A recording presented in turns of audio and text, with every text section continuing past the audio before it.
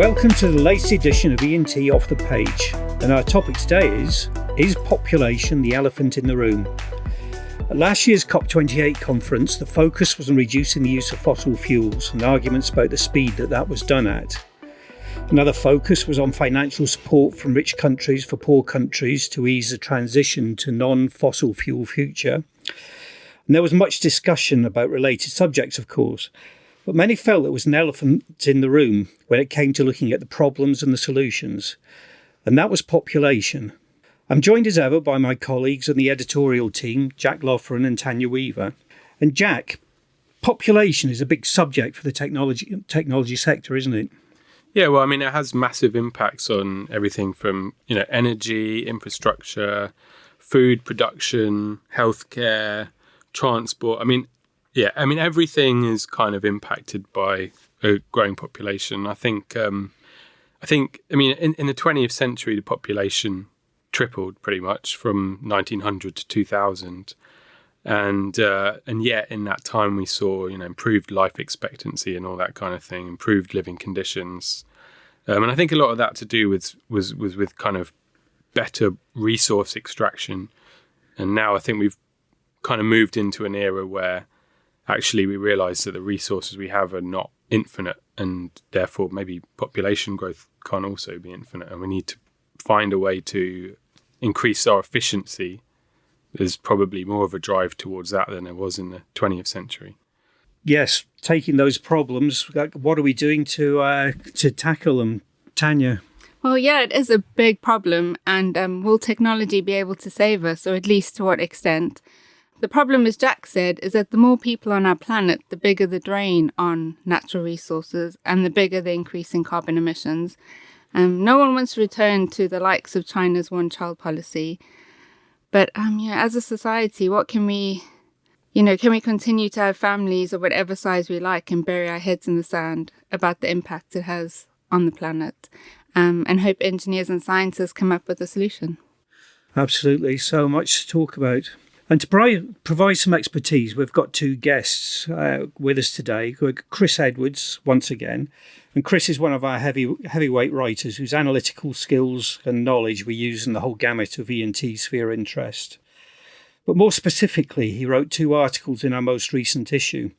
One was looking at the relationship between population increase and environmental issues, and the other more specifically about how we feed our growing population, especially in Africa, where the largest part of the population boom is expected to happen. We also have Dr. Joe Strong. Joe is a demographer and currently a teacher on health and international development at the Department of International Development, LSE. He has a fascinating back catalogue of work, much of which relates to the social aspects of sexual and reproductive health and rights. This includes examining the role of masculinities and gender in sexual and reproductive health care and the provision of and access to contraception and abortion care across the world. So maybe I could start with you, Chris, because in your article you analyse the predictions for population growth, and they're not actually as cataclysmic as once thought, are they? You did mention that one prediction, I think it was from the 60s, said that the population would reach infinity by 2026, Yeah. Whereas reality is now pointing to a maximum of probably about 10 million in 50 or so years' Billion, time. I'm assuming. 50 billion, sorry, Jack, yes. Chris? It was a curious thing. It was actually three electrical engineers from the University of Illinois in the early 60s. Well, it's a fairly widely cited paper that appeared in Science, and Heinz von Förster and his colleagues basically just looked at the population growth statistics up to about 1960, which is when they were writing it. It's about the autumn of 1960 when they put this together. And at that point, population growth had just gone through the hockey stick, in that it had sort of grown gradually up, from antiquity through the Middle Ages up to Victorian periods quite slowly. And then from the dawn of the 20th century, really started to pick up pace. And at the point they happened to measure it, it was growing at its most rapid rate since humanity appeared, basically. And so if you follow the arithmetic trajectory of that using exponentials, you end up at infinity by 2026. No, clearly But it that isn't happening. So what's really happened is actually they were rising just at the point when the S curve or the S shape of the curve started to kick in, and the population growth started to tail off quite, wouldn't say rapidly, but fast enough for that no longer to be as big an issue. Although clearly, in the decades that have passed since 1961, the population has grown to where it's about 8 billion now, and will probably top out about 10 billion by the middle of the century. What is interesting is how population growth does tend to tail off as certain changes in society appear. And then what will happen is most of the growth that's coming in the next few decades, up to the middle of the century, will be from Africa, with some in Asia as well. Again, Asia is actually also tailing off right now, whereas in the previous 2 or 3 decades, Asia was responsible for much of the growth. By about 2050, the African population is probably going to approximately double. However, that is from a sort of a lower base than, say, India or China. Okay, so we'll have a look at, we'll revisit some of those trends that will lead to that growth. But I'll bring in Joe to the conversation now. Now, you've looked at all sorts of societal issues around population growth. And my feeling is that is an issue where social responsibility and individual needs are not interlinked in most people's minds. Or to put it another way, few people are going to stop at 1 or 2 children if they want a bigger family just because society tells them that is a maximum responsible family size. Yeah, I definitely would agree that I think people, and I actually think, we need to be really clear that from 1994, the International Conference on Population and Development, states, and that was signatory by most states, enshrined the right for people to have as many children as they wanted. It was about choice and it's about right. So we are, in essence, here talking about what has become a human right. I think when you look at kind of reasons and rationale for having children, they are so disparate. Even around this table, I'm sure reasons to have or not to have children are so disparate. Keeping at its core this idea of, people do have the right to have children is really important in this conversation and in this discussion. I think it's then important as well to think about responsibility to whom? Because when we look at this, we can see, for example, someone in the US in 2.3 days is going to use more carbon than someone in Niger. The reason I choose Niger is because it's one of the countries with the highest total fertility rate. That means the highest number of sort of children per woman, and it's at something like 6.7. 2.3 days in the US, you've used more carbon than someone for an entire year in Niger. So actually, who is socially responsible here? Is it the people that we are earmarking as leading or causing population growth under 1% per annum and is going to tail off? Or actually, should we be looking at the populations who seem to be doing very little and showing very little responsibility in their behaviors and their practices, which are unsustainable? And that includes people like me drinking my coffee, which is not grown in the UK, that's not ecologically sound, having just come off a flight. Where's my responsibility? And so that's really, I think, important for this, that where we talk about that responsibility, we're talking, which populations? Is it growth or is it practice? So just building on that, I was looking up some numbers, and the average person globally is responsible for about 4 tons of carbon per annum. In America, it's about 16 tons per person per annum. I think the maximum was in the oil-rich countries in the Middle East, where maybe air conditioning wallops everything. But as you say, some of the African countries were down at 0.05, 0.1 ton. It's virtually nothing. So therefore, you can argue when we're looking at it from a climate change perspective, where does responsibility lie? Is it because one person in America, therefore, can make a vast amount more difference than 150 odd people in Somalia or Niger or wherever? So if we moved it on from there, the consequences of overpopulation, which is really where E+T approaches this subject, we're looking at technology, the technology to stop climate change, the technology that's responsible for it. But overpopulation in itself is a cause of carbon emissions and therefore climate change. therefore increasing the difficulty in catering for the overpopulation. It's a vicious circle, basically. Yeah, and I just want to kind of throw 2 cents in there, which is my position. There is no such thing as overpopulation in and of itself. But what there is our constructions of overpopulation. Because when we talk about that, who is the population we're talking about? Overpopulation isn't an inherent number. It's not an intrinsic number. It's not when we hit 10 billion, that's it. That's the end of it all. Written in the stars, they said 10 billion is your maximum. Overpopulation is also as much a political construct around how many people are we prepared to sustain? Who are those people? Because you think, for example, 100 million or let's say 1 billion people who all fly around in private jets every single day, you might say, well, overpopulation is too many people doing that, but not just having 1 billion people. So I think there is something to be said there. And it's something, where we think about the elephant in the room again, from demographers, people who study populations. We have been talking about this for so many decades. I couldn't describe to you how overwhelming this elephant is in the room that we're all seeing.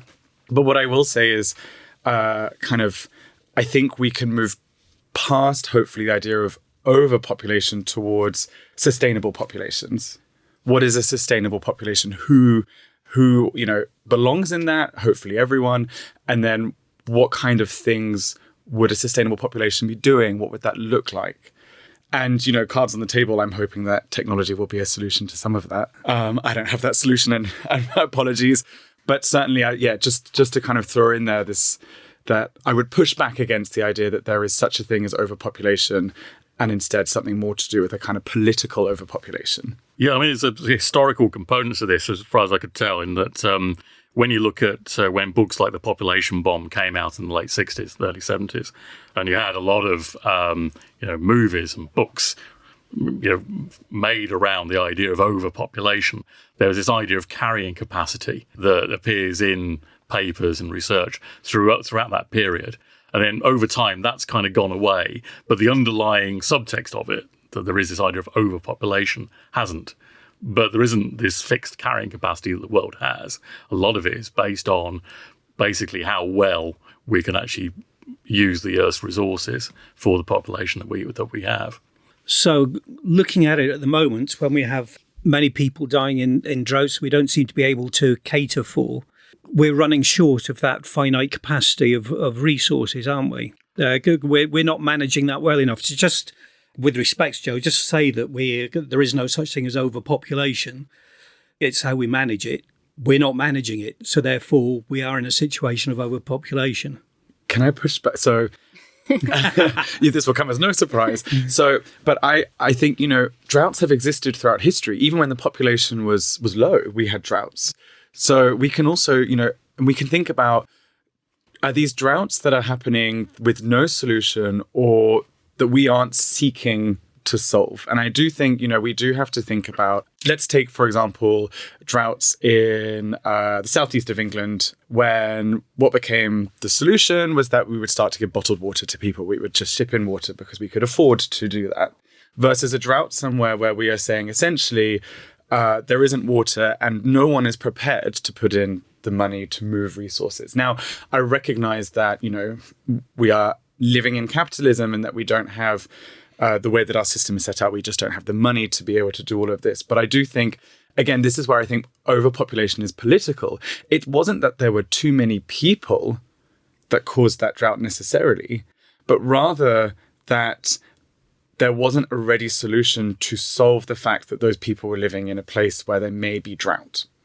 And of course, we do have man-made droughts. We do have droughts caused by people. But is there also an element of saying, was there any investment in sort of producing solutions to that before it came about? Well, I've just step in here and just say I've been to South Africa recently, where I'm from, and they had a water ban there. So, my son likes to have a bath every night and we shower and whatever. You can't do that there. You have to jump in, jump out. And then also there's a concept that no one in the UK can grasp, well, none of my friends at least, which is load shedding. There's electricity for 2 hours every day. You have no electricity at all because they're shedding the load. I mean, that seems crazy to us, but there's too many people who need electricity and not enough of it.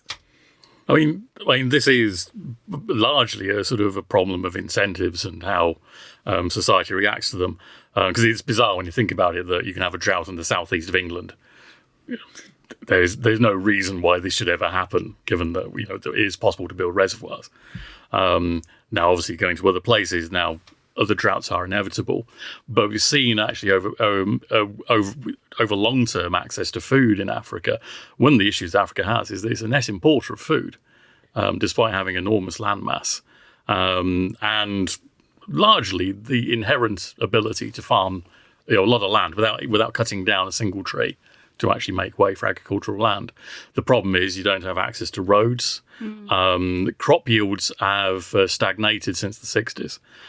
If you look at the yields of maize in the US, it's gone up by a factor of 10 or along those lines, whereas crop yields in Africa have stayed pretty much static for a long time.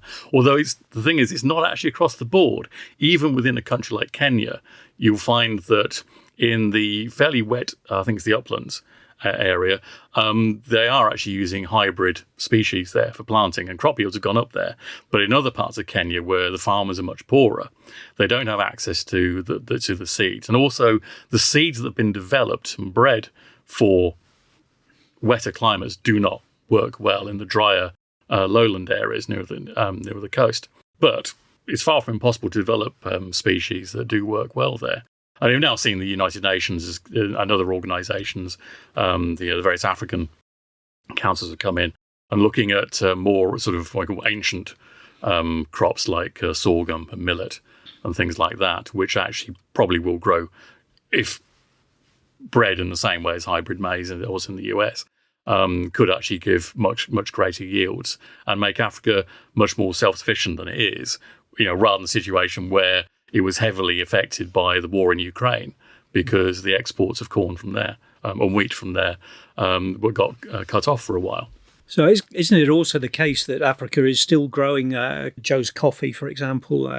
There it's growing the crops that it can sell rather than the crops that it really needs to feed its own population. And there are, as you also say, Chris, there's certain species that would grow an awful lot better in Africa because they're native to it, rather than the ones that they think that they can sell overseas. And I think this really points to potentially why we aren't seeing population appear in COP in the way that maybe, people might have thought it could have been, is because what we're talking about here is so much less about population growth and so much more about the conditions under which populations grow.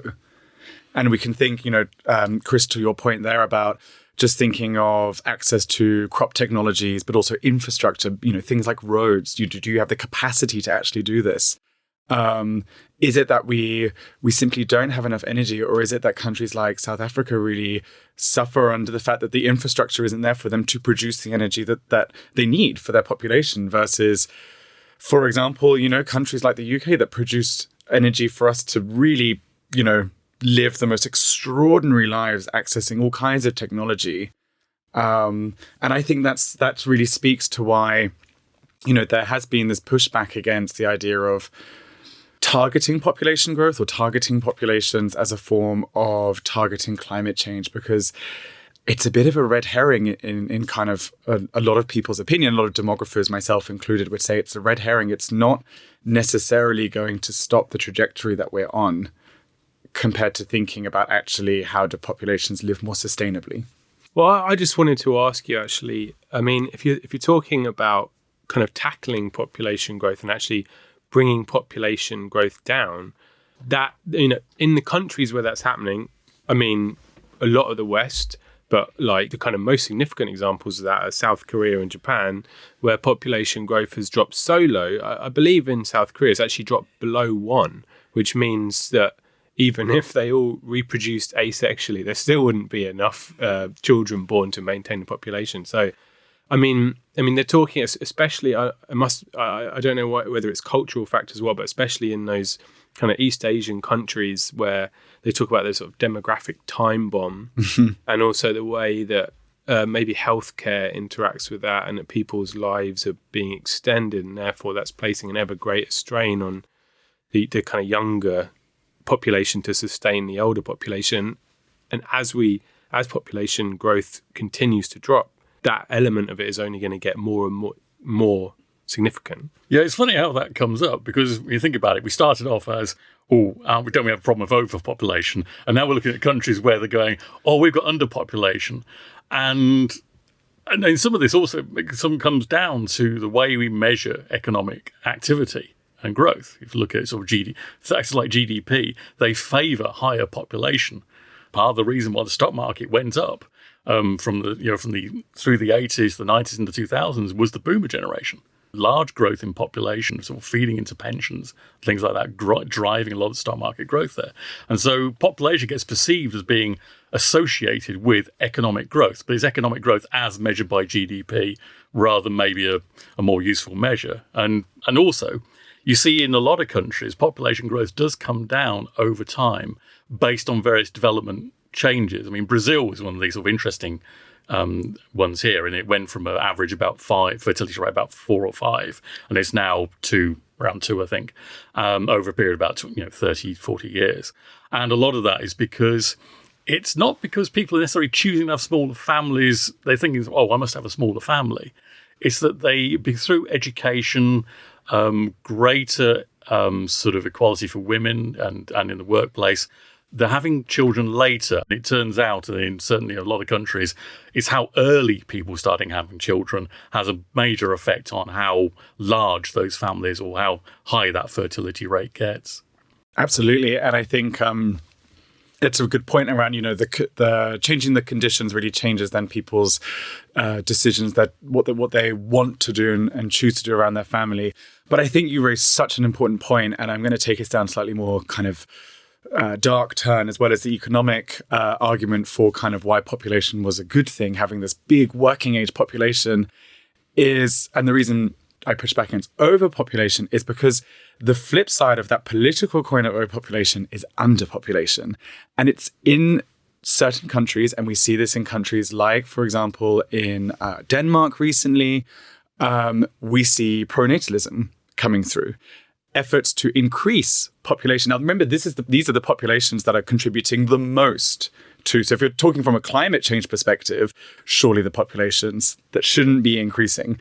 I don't subscribe to kind of population control. I think we can find better solutions than that. But we also see underpopulation being a very deeply racialized thing. And I think it's underpopulation of specific populations that we see coming up in the news, for example, in the UK, and by political figures, very divisive political figures, that what they're talking about is the idea that, for example, the sort of white middle class are going to see a decline in population and that another population is going to increase. And so we see these tensions. But again, that's political. At the end of the day, we're all just people. So surely we just look at the absolute numbers and not actually thinking about our kind of our social demographics. But yeah, absolutely, we see this kind of notion politically, and I'm not saying, in this room, or I'm not saying, but we certainly see it sometimes in the news and certainly in political movements recently, especially in, for example, Hungary, is a move towards the idea that overpopulation is happening in some places, and climate change is a convenient sort of reason to use to try and control that population, but underpopulation is happening in other places, and those populations need to increase. And I think, Chris, as you say, it's this funny, not so funny, kind of cruel juxtaposition of we've got too many people for the climate, but not enough of the right kind of people for the climate. And I think that's really important to acknowledge in some of these conversations, not around this table, but the way that they do play out in our media and in our politics.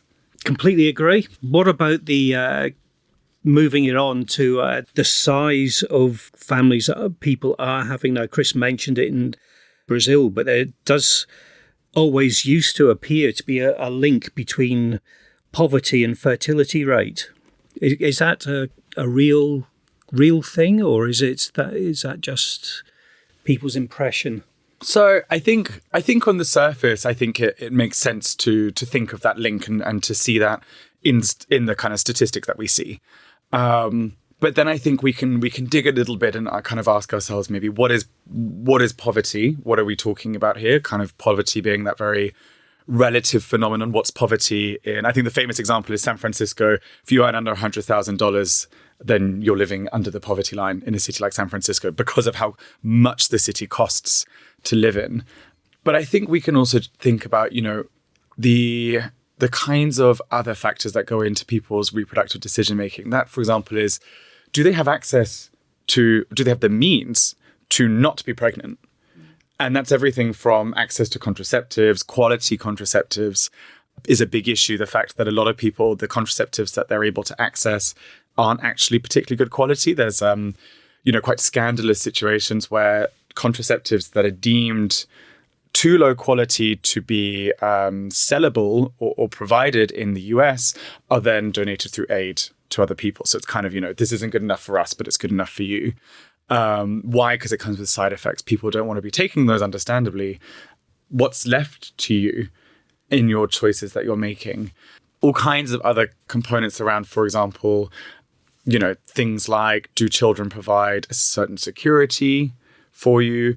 There's research or people who would argue in their research that, for example, in instances where you're running, for example, an agrarian economy, you might be thinking about the fact that manual labor is a really important component of this. But I think, unpacking it, there are just so many different reasons. It's really hard to kind of make a link and say it's poverty and not, it's where someone is. It's what's open to them, what's available to them. What are the choices they can make? And on top of that, what are the community, the social, the legal, the political, and the interpersonal choices that they're able to make? Who is their partner? Who are the people around them? And what kind of conditions are they living in that might compel someone to have more children or have less children? Do you think it's inevitable that as kind of countries become more developed, that their population rate will continue to decline? And I mean, in terms of the UK, I'm kind of thinking at the moment, there is discussion over a declining population rate in the UK, which I think is around 1.5, 1.6 at the moment per woman, that is. But I mean, is it inevitable that's just going to drop even further? And then actually we will be in the same situation as South Korea, where it's a big social issue. So I think we're slightly better than 1.6. I say better, that's the wrong language, it applies positive. I think we're just below replacement, which is right. Replacements typically we say 2.1 children per, we're I think 1.9 or something. So there's really fascinating research, and I think it's interesting to ask this question, right? There's really fascinating research where there's a sort of theory which is the horseshoe. The horseshoe saying at one side you've got a very high point, and that's people having sort of 6, 7 children. It goes down to where we're seeing, for example, Scandinavia, Germany, the UK could be an example of getting close to that point. And then there's a sort of theory that you can get it back up. So that's going to go in the other side of the horseshoe, potentially not up to 6, 7, but sort of up in that direction. And what a lot of people are showing, or certainly what the early evidence would be suggesting, is actually a lot of people don't want to be having that few children either. A lot of those decisions are made because of economic decisions, economic scarcity, or at least, thinking about the provision of things like childcare. Also the burden of childcare, who that falls on, a very gendered labor. That there are kind of, really, really fascinating research that speaks to people and sort of says, why, did you have one child? Or why did you have 2? Is that what you wanted to have? And people will talk about saying, it may not be what I wanted, but it's all I could have. And so I definitely don't think that there is a need to sort of think of this inevitability that the populations will just decline to zero. But again, it's a really interesting conversation of, we're assuming that reduced fertility rates are good. Actually, I would say, again, we've got to be asking people, is this what you wanted? And if it's not what you wanted, what's stopping you being able to do that? As potentially a way forward that, you may see that fertility rates start to increase or not. That's making it sound like fertility rates are a choice. There is some evidence that because of the amount of poisons and unwanted medicines that are getting into the system and into our food chain at the moment, that reduced fertility is self-imposed lifestyles these days. Or is that a bit doomsday? I don't know. Is there good evidence for that? I do believe sperm counts have dropped considerably in the last few decades, and I'm not sure they've actually entirely pinpointed what that is. I mean, if you look at the sort of the broad evidence, I don't think there's a good correlation there. Or it may be that you're seeing effects masking each other in that we have a lower mortality rate, and that may be masking a lower fertility rate. You know, because one of the obvious drivers of population is if you have reduced mortality, then, you know, you have more surviving children. And so it's possible that you may have a lower inherent biological fertility rate that's being masked by mortality. But I'm not convinced that. I think it's one of those things that it's one of those concepts that has sort of amount of truthiness behind it, in that you can believe that pesticides and food additives, you know, messing with biology, but whether it's actually having an effect on actual fertility I'm not sure that there's good evidence for that. I don't know, if someone could point to it, it'd be great. All right, moving on then. Well, we're fond of saying this magazine is Tanya mentioned right at the beginning, scientists and engineers who will solve all the world's problems. And we've talked about playing with the genetics of crops to make them more climate friendly or engineer ways of managing water better. But for all, Joe, you say there is no such thing as an overpopulation at the moment. We have a big population. Is technology moving fast enough? Or is it even technology? Is it investment in infrastructure and technology that is really the what's stopping, particularly places in the global south developing and feeding its population as much as it could do? I think one of the issues is that top-down policies tend to fail in these areas. In that, one example, I mean, it's not the greatest example, but is the Great Green Wall, which a number of sub-Saharan states have embarked on over the last few years to plant basically effectively a barrier of trees across Africa. And again, it's one of those concepts that sounds good because you think, who doesn't like trees? It's natural windbreak. It'll capture water, and in actual fact, there's researchers like Matt Turner at University of Wisconsin who point out that actually these tree planting programs have been tried before, and they haven't really worked. Where they have been tried in the US, been tried in Russia. Actually, China has a very long term campaign for this as well. Although it's mutated over the years into more of a sort of selective re-greening of certain of the dry areas in China. And so, but the problem with trees is it lowers the water table. So it's not necessarily the right thing. Whereas you're seeing in sort of more local sort of activities in places like Kenya, where you have locals who are encouraged to actually sort of farm in sort of hot and forested areas. And actually that's being used to actually reduce the amount of logging or illegal logging that's going on. And you're also seeing campaigns where you very, very local projects to bring solar-powered irrigation to areas. But rather than doing it as a top-down process, it's done on a village-by-village basis, in that the wells are dug to access the water table that's underneath. A solar pump gets installed and it's pumped up. But the locals are in charge of the situation in terms of managing on a day-to-day basis, rather than it being implemented by a government top down and then the thing falling into disrepair because actually the irrigation system that was put in wasn't suitable for the kind of crops. Or are they also responsible for financing and maintaining it there afterwards? Because that's where it could come unstuck, isn't it? A lot of this a lot of this work is being charity driven at the moment. However, there are arguments that you could actually have systems where you have sort of easier access to capital put in if investors were looking in that direction. I mean, there is a lot of money sloshing around the system right now, but it gets diverted into very, very big ticket projects like dams and ports and things like that, whereas actually smaller scale roads, village scale irrigation systems would be much more sustainable, but they don't look attractive to investors because they pay off over a 30-year period at quite low rates. They look, unattractive to the finance community. And I do think, because I'm going to hold my hands up here and say, I'm absolutely looking at all of you to solve all of my problems. All I want is that people can have as many, have the children that they want to have.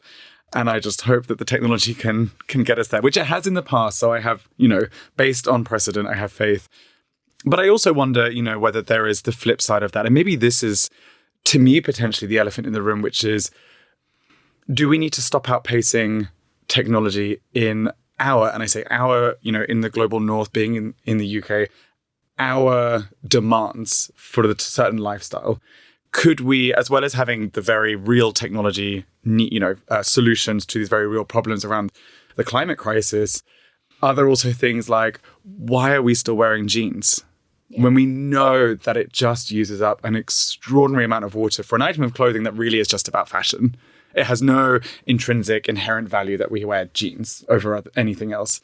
Why, apart from my addiction, am I drinking coffee, for example? Like, why aren't we sort of trying to get back towards something a little bit more seasonal in how we're eating? Or there are also, I think, there is again, that responsibility, actually, I think, on some of us to not be putting such pressures on the technological solution.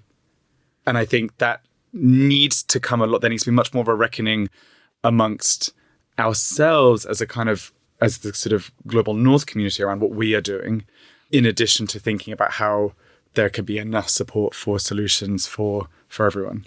What, by that, do you mean there's not enough focus on people kind of maybe being willing to adapt their lifestyle a bit and instead relying entirely on technology to mean they have to make zero adaptation?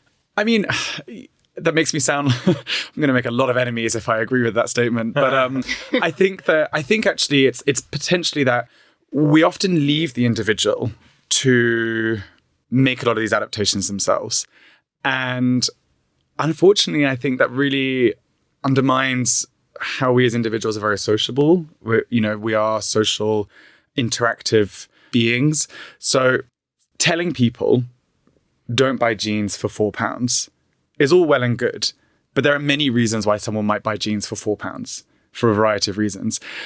Putting the means in place to mean that there are other alternatives actually, for me, feels much more efficient. So, for example, another kind of thing could be, and I'm just spitballing here, and I'm sure that there are probably lots of reasons why you can't, but, the reliance on flights in the UK, flying internally in the UK. You could tell people not to do it, but it's cheaper and it's quicker in a lot of times, and we have some issues with our rail system. Is telling people not to do it really the solution? Because we're just trying to think to ourselves, listen, I've just got to get from A to B. I have this much money. I'm going to do what's right for me, versus making an alternative possible.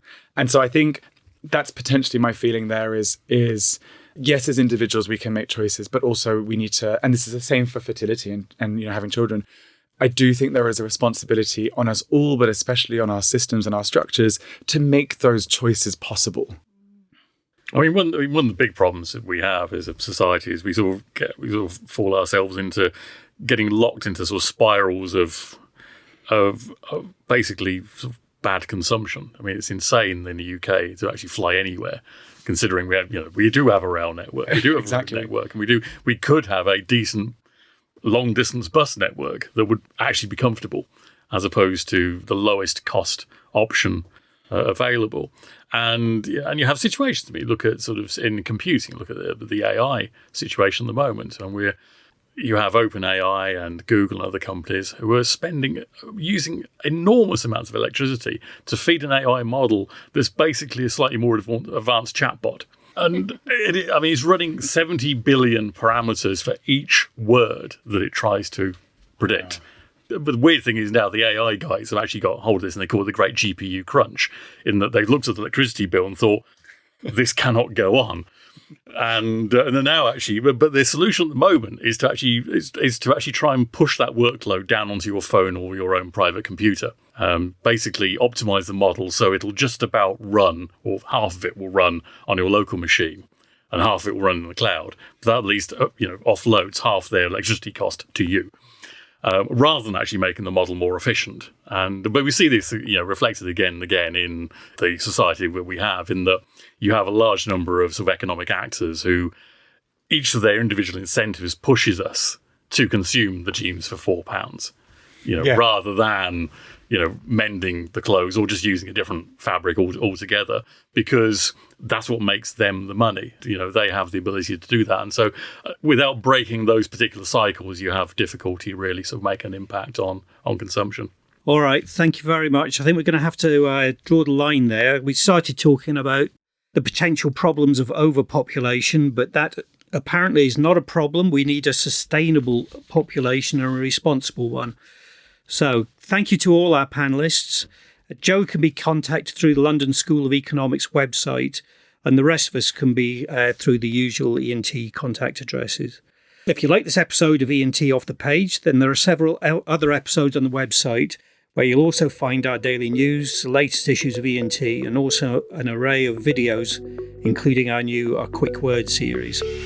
But for today, thank you for taking the time to listen to our podcast. We hope you enjoyed